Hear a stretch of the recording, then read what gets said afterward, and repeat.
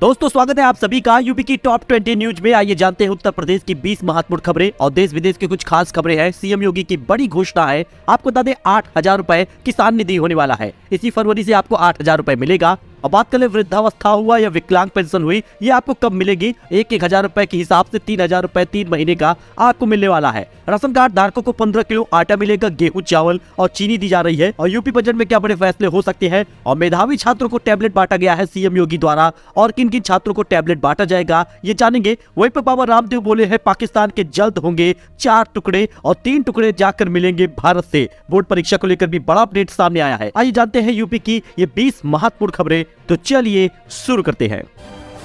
बात कर लेते हैं पहले वेदर अपडेट की। तो जी हाँ दोस्तों, सबसे पहले आप ये जान लीजिए कि 3 दिन तक गरज चमक के साथ हो सकती है बारिश। मौसम विभाग ने ये की है भविष्यवाणी। दोस्तों आपको बता दें 28 जनवरी यानी आज से तापमान में गिरावट हो सकती है और 29 जनवरी तक ऐसे ही रहने की संभावना है। गुरुवार तक उत्तर प्रदेश के कई जिलों में आसमान में बादल छाए रहे। फिलहाल यूपी के ज्यादातर इलाकों में कड़ाके की ठंड से राहत तो मिल गई है, लेकिन आने वाले कुछ दिनों में उत्तर भारत में कई हिस्सों में बारिश और बर्फबारी के आसार हैं। वैज्ञानिकों के मुताबिक 28 जनवरी से लेकर 30 जनवरी तक वेस्ट यूपी के कई इलाकों में गरज चमक के साथ बारिश हो सकती है और इसके साथ ही 29 और 30 जनवरी को पूर्वी उत्तर प्रदेश में बारिश के आसार हैं। ऐसे में मौसम वैज्ञानिकों ने अलर्ट जारी किया है। कहीं पर येलो अलर्ट है तो कहीं पर रेड अलर्ट है। बाकी आपको बता दें तो 40 जिलों में भारी बारिश का अलर्ट जारी किया गया है। अच्छा, अगर आप एक पेरेंट्स हैं तो अगर आपके बच्चे यूपी बोर्ड की परीक्षाओं में शामिल होने वाले हैं या अगर आप एक स्टूडेंट हैं तो जरा इस बात को ध्यान समझ ले, क्योंकि आपको बता दें 10वीं 12वीं का एडमिट कार्ड जल्द जारी होने वाला है। यूपी बोर्ड की 10वीं 12वीं के लिए 16 फरवरी 2023 से परीक्षा शुरू होने वाली है। इसके साथ ही आपको बता दें कि जहां मैट्रिक परीक्षा 3 मार्च 2023 तक समाप्त होगी, वहीं इंटरमीडिएट की परीक्षा 4 मार्च 2023 को समाप्त होगा। यानी होली से पहले 10वीं और 12वीं की परीक्षाएं समाप्त हो जाएंगी। 16 फरवरी से ये एग्जाम होने वाला है और जल्द इसका एडमिट कार्ड भी जारी हो जाएगा। बहुत सारे लोगों का लगातार कमेंट आता है कि सर एडमिट कार्ड 10वीं 12वीं की परीक्षा का कब जारी होगा? तो फरवरी के पहले सप्ताह में एडमिट कार्ड आने वाला है।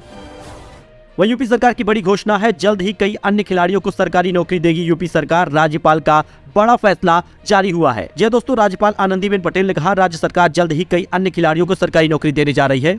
उन्होंने कहा कि जब कोई खिलाड़ी बनता है तब उनकी शारीरिक, मानसिक, बौद्धिक क्षमता के साथ ही सबसे महत्वपूर्ण अनुशासन बढ़ता है। बिना अनुशासन मानव जीवन में गड़बड़ी होती है और यही कारण है कि उन्होंने कहा हार पर निराश न हो, आगे जीतने का प्रयास करना चाहिए। तो दोस्तों कुल मिला के बता दें तो जो भी कोई अन्य खिलाड़ी है यूपी के, उन लोगों को सरकारी नौकरी देगी यूपी सरकार। इसके साथ ही राशन अपडेट के बारे में आपको बता दें तो राशन योजना में अब आपको 31 जनवरी तक दिसंबर के पहले चरण का राशन यूपी सरकार की तरफ से दिया जा रहा है, जिसमें गेहूं, चावल होगा। और आपको बता दें इसी फरवरी में आपको अब गेहूं ज्यादा मिलेगा, चावल कम मिलेगा। हालांकि दोस्तों आपको बता दें अभी तक क्या हो रहा था कि गेहूं कम मिल रहा था, चावल ज्यादा दिया जा रहा था, लेकिन फरवरी से राशन योजना में जनवरी माह का कोटा मिलेगा। इस वजह से जो भी कोई अब आपको राशन जनवरी वाला दिया जाएगा फरवरी में, वो आपको गेहूं उसमें ज्यादा रहेगा और चावल कम होगा। वहीं पर राशन कार्ड धारकों को एक और बड़ा फायदा मिलने वाला है, क्योंकि हिमाचल सरकार ने बड़ी घोषणा की है। फरवरी में राशन की दुकानों पर आपको 15 किलो आटा दिया जाएगा। सरकार ने जारी की है अधिसूचना।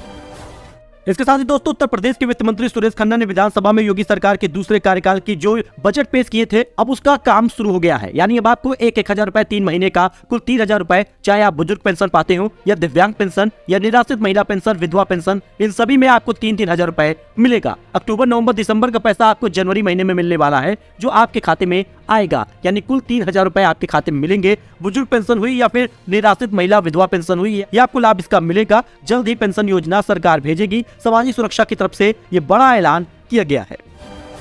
वही दोस्तों सरकार बजट में एलपीजी सिलेंडर पर मिलने वाली सब्सिडी बढ़ाने का कर सकती है ऐलान। जी हां, सरकार आम लोगों को बढ़ती महंगाई से थोड़ी राहत दे सकती है। सरकार पीएम उज्ज्वला योजना के लाभार्थियों पर गैस की बढ़ती कीमतों के बोझ को कम करने के लिए मिलने वाली सब्सिडी को 1 साल के लिए और बढ़ा सकती है। जी हां दोस्तों, सरकार गैस सिलेंडर पर बढ़ा सकती है सब्सिडी। वित्त मंत्री निर्मला सीतारमण ने महंगाई से बोझ को कम करने के लिए पीएम उज्ज्वला योजना के तहत 9 करोड़ लाभार्थियों को प्रति सिलेंडर 200 रुपए की सब्सिडी दी थी। वहीं दोस्तों चालू वित्त वर्ष में सब्सिडी से सरकारी खजाने पर लगभग 6100 करोड़ रुपए का अतिरिक्त बोझ पड़ेगा। हालांकि सब्सिडी को अगले साल के लिए बढ़ाया जा सकता है। यही कारण है कि सरकार बजट में 12 गैस सिलेंडर पर 200 रुपए की सब्सिडी तो दे रही है, जिसे अब 1 साल तक के लिए और बढ़ाया जा सकता है। तो अगर आप एक उज्ज्वला गैस धारक है तो आपको ये लाभ मिलेगा। यानी साल भर में आप 12 गैस सिलेंडर बुक करते रहेंगे और आपको 200 रुपए कम मिलेगा। यानी जो 200 रुपए कम मिल रहा है वो आपके खाते में जाएगा। तो अगर आप एक छात्र हैं तो आपको फ्री टैबलेट स्मार्टफोन का इंतजार होगा, क्योंकि योगी सरकार ने ऐलान किया था कि फ्री टैबलेट स्मार्टफोन मिलेगा और इसी के चलते मेधावी छात्रों को टैबलेट बांटा गया है। सीएम योगी ने बांटा है और आपको बता दें लगभग 1698 छात्रों को ही बांटा गया है टैबलेट। मेधावी छात्र थे ये लोग, सम्मान में टैबलेट वितरण किया गया है। हालांकि दोस्तों आपको बता दें, परीक्षा पे चर्चा के दौरान ऑनलाइन परीक्षा पर चर्चा की गई है। इस अवसर पर मुख्यमंत्री योगी आदित्यनाथ, माध्यमिक शिक्षा मंत्री गुलाब देवी और बेसिक शिक्षा राज्य मंत्री संदीप सिंह भी जुड़े थे। और इस मौके पर सीएम योगी ने 1698 मेधावी छात्रों को सम्मान के रूप में टैबलेट बांटा है। हालांकि ये एक अलग विषय है और आपको बता दें, सरकार जो 10वीं 12वीं पास है उन छात्रों को जो स्नातक की पढ़ाई कर रहे हैं, चाहे बीए, बीकॉम, बीएससी, उनको टैबलेट देने का वादा किया था, जो अब जल्द ही इसी बजट में शामिल होने वाला है। यानी सरकार फरवरी महीने में बजट पेश करेगी, जिसमें अब जो छात्र टैबलेट स्मार्टफोन नहीं पाए हैं उनको अप्रैल महीने से टैबलेट स्मार्टफोन दिया जा सकता है। वही दोस्तों, डॉलर के मुकाबले एक दिन में 24 रुपए क्यों गिर गया पाकिस्तान का रुपया, जानिए क्या पूरा अपडेट है। दरअसल दोस्तों, इस गिरावट के पीछे की वजह यह है कि पाकिस्तान ने IMF की शर्त मानकर अपने रुपए को खुले बाजार की कीमत के हिसाब से खुला छोड़ दिया है। यही कारण है कि डॉलर के मुकाबले एक दिन में ही 24 रुपए पाकिस्तान का रुपया गिर गया है। यानी डॉलर के मुकाबले पाकिस्तान का रुपया काफी ज्यादा कमजोर हो गया है। यानी कुल मिलाकर बता दें तो गुरुवार को $1 के मुकाबले पाकिस्तान का रुपया 255 रुपए जा पहुंचा है। वही भारत का $1 के मुकाबले रुपया जो है वो 80 से 82 रुपए स्थिर है।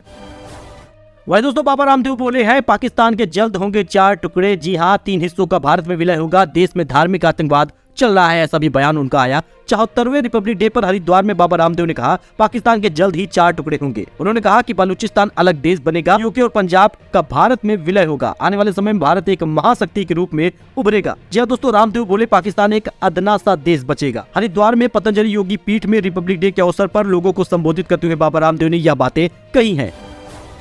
तो किसान निधि का आपको इंतजार है, तो आपको बता दें बड़ा तोहफा मिलने वाला है, क्योंकि पीएम किसान पर बड़े तोहफे की तैयारी है। किसानों के बैंक खाते में आएंगे ज्यादा पैसे। सरकार ने फरवरी 2019 में पीएम किसान सम्मान निधि योजना की शुरुआत की थी, जिसमें सभी किसान धारकों को लगभग 12 किस्त तक तो मिल ही गई है। अब उनको 13वीं किस्त का इंतजार है, जो आने वाले फरवरी के पहले सप्ताह में पूरा हो जाएगा। यानी आपको सबसे पहले अपने भूले का सत्यापन करा लेना है और आधार की KYC करा लेनी है, बैंक अकाउंट से लिंक करा लेना है, तभी आपके खाते में पैसा आएगा। ऐसा सरकार ने अलर्ट जारी किया है। चाहे आप किसी भी राज्य में रहते हो, आपको सबसे पहले KYC तो करा लेनी है, तभी आपको 13वीं किस्त का पैसा मिलेगा। फाइनेंशियल एक्सपर्ट के एक रिपोर्ट में सूत्र के हवाले से ये जानकारी दी गई है। रिपोर्ट में सूत्र के हवाले से बताया गया है कि पीएम किसान योजना के तहत सालाना रकम बढ़ाकर 8,000 रुपए किया जा सकता है। यह बढ़ोतरी सिर्फ 1 वर्ष के लिए हो सकती है। यानी आपको 2023 तक ही पैसा मिलेगा 8,000 रुपए। यानी पूरे 2023 में जो आपको 3 किस्तें मिलेंगी वो आपको 8,000 रुपए मिलेंगी। और ऐसा हो सकता है कि ये 4 किस्तों के रूप में हो जाए। यानी जो 4-4 महीने में 3 किस्तें आ रही है, वो अब आपको 3-3 महीने में 4 किस्तें आएंगी। 2-2 हजार रुपए की 4 किस्त। तो ऐसा सिर्फ 1 साल के लिए हो सकता है और इससे सरकार पर 22,000 करोड़ रुपए का अतिरिक्त बोझ आएगा। फिलहाल ये बात की बात है, जल्द ही सरकार घोषणा करेगी। बजट आने वाला है, जिसमें आपको कई बड़े फायदे मिलेंगे। अगर आप एक किसान धारक है तो आपको आने वाले समय में 8,000 रुपए मिल सकता है।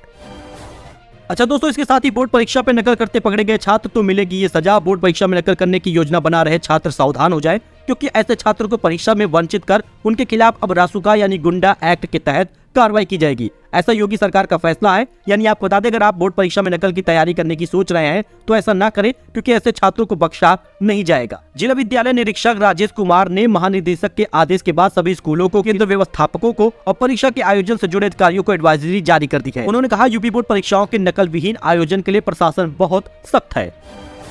वहीं दोस्तों, मुलायम सिंह यादव को भारत रत्न देने की मांग उठी है। जी हां, देश के पूर्व रक्षा मंत्री और उत्तर प्रदेश के पूर्व मुख्यमंत्री दिवंगत मुलायम सिंह यादव को देश के सर्वोच्च नागरिक सम्मान पद्म विभूषण के लिए चुना गया है। हालांकि उनको भारत रत्न देने की बातें उठ रही हैं। मुलायम को 2 भारत रत्न सपा नेता बोले पद्म विभूषण देकर उनका किया गया है मजाक। वैसे आपका क्या मानना है, कमेंट करके जरूर बताइएगा। वहीं गणतंत्र दिवस पर एक शर्मनाक घटना भी देखने को मिली। जी हाँ, यूपी के बाराबंकी के मदरसे में गणतंत्र दिवस पर फहराया गया इस्लामिक झंडा 2 हिरासत में। इस्लामिक झंडा फहराना कोई बुरी बात नहीं है, लेकिन गणतंत्र दिवस पर जो आपका राष्ट्रीय ध्वज है उसे ही फहराना चाहिए। उत्तर प्रदेश के बाराबंकी जिले में मदरसे में गणतंत्र दिवस पर इस्लामिक झंडा फहराया गया। इस्लामिक झंडा देखकर स्थानीय लोगों में हड़कंप मच गया। पुलिस ने 2 लोगों को हिरासत में लिया है। आपको बता दें, गणतंत्र दिवस का माहौल था, ऐसे में आप राष्ट्रीय ध्वज को फहराते और साथ इस्लामिक झंडा भी फहराया जा सकता था। लेकिन गणतंत्र दिवस के दिन राष्ट्रीय ध्वज को सम्मान न देकर इस्लामिक झंडे को ही तवज्जो दिया गया। इस वजह से हड़कंप मच गया। स्थानीय लोगों ने ही इसकी शिकायत की इस्लामिक झंडा फहराने पर और पुलिस ने 2 लोगों को हिरासत में लिया है। तो अब आपके फायदे की बात कर लेते हैं, क्योंकि निजी स्कूलों में अब अगर आपके घर की 2 बेटियां पढ़ती हैं तो एक का फीस माफ रहेगी। यहाँ दोस्तों, निजी स्कूल में 2 बहनों के पढ़ने पर एक की फीस भरेगी यूपी सरकार। अगले बजट में होगा प्रावधान। इसके लिए अगले वित्त वर्ष के बजट में प्रावधान किया जा रहा है। इसमें प्राथमिक, उच्च प्राथमिक और माध्यमिक स्कूलों में पढ़ने वाले लाखों छात्राएं लाभान्वित होंगी। अगर आपके घर में 2 बेटियां हैं और दोनों सेम स्कूल में पढ़ रहे हैं तो एक का फीस अब सरकार भरेगी। अच्छा, इसके साथ ही गणतंत्र दिवस पर यूपी के इन कर्मचारियों को योगी सरकार की सौगात है, बोनस की घोषणा हो गई है। गणतंत्र दिवस के मौके पर योगी सरकार ने यूपी के हजारों कर्मचारियों को सौगात दी है। यह सौगात बिजली विभाग के कर्मचारियों को बोनस के रूप में मिला है। 32,000 से ज्यादा कर्मचारियों को इसका फायदा होगा। गणतंत्र दिवस के मौके पर योगी सरकार ने हजारों कर्मचारियों को यह सौगात दी है। दोस्तों, आपको बता दें, प्रदेश के सिंचाई एवं जल संसाधन विभाग के 30 सहायक अभियंता को पदोन्नत कर अधिशासी अभियंता भी बनाया गया है। इस बारे में बुधवार को विशेष सचिव अनीता वर्मा सिंह ने आदेश जारी किया है। वहीं दोस्तों, पावर कॉर्पोरेशन कर्मचारियों को बोनस की धनराशि पर करीब 19 करोड़ रुपए खर्च होंगे। इसमें 32,517 कर्मचारियों को लाभ मिलेगा। बोनस के रूप में 30 दिन परिलिप्तियों के बराबर धनराशि कर्मचारियों को मिलेगी। तो बागेश्वर धाम को लेकर राजभर ने क्या कहा है, आइए इसको जान लेते हैं, क्योंकि बागेश्वर धाम के धीरेन्द्र शास्त्री विवाद पर बोले हैं ओम प्रकाश राजभर। उन्होंने क्या कहा, इसको भी आइए जानते हैं। दरअसल ओपी राजभर ने कहा, जो व्यासपीठ पर बैठता है वह ज्ञान और उपदेश देता है। सुनने वालों के चश्मे की पावर अलग अलग होती है। कुछ लोग बुराई ढूंढते हैं तो कुछ लोग सीख देते हैं। तो ऐसा उन्होंने समर्थन किया है। और रामदेव जी ने तो पहले ही समर्थन किया है, देवकी नंदन ठाकुर ने समर्थन किया है, अनिरुद्धाचार्य जी ने समर्थन किया है और प्रदीप मिश्रा ने भी समर्थन किया है। यानी सभी सनातनियों ने समर्थन किया है बागेश्वर धाम का। वैसे आपका क्या मानना है, कमेंट करके जरूर बताइए। सो दोस्तों, ये कुछ अपडेट था जो आपके साथ शेयर किया गया है। आई होप आपको ये पसंद आया होगा। इसी जानकारी, ऐसे अपडेट के लिए आप हमारे साथ जुड़े, चैनल को सब्सक्राइब करें। मिलते हैं नए अपडेट में नई जानकारी के साथ। तब तक के लिए धन्यवाद।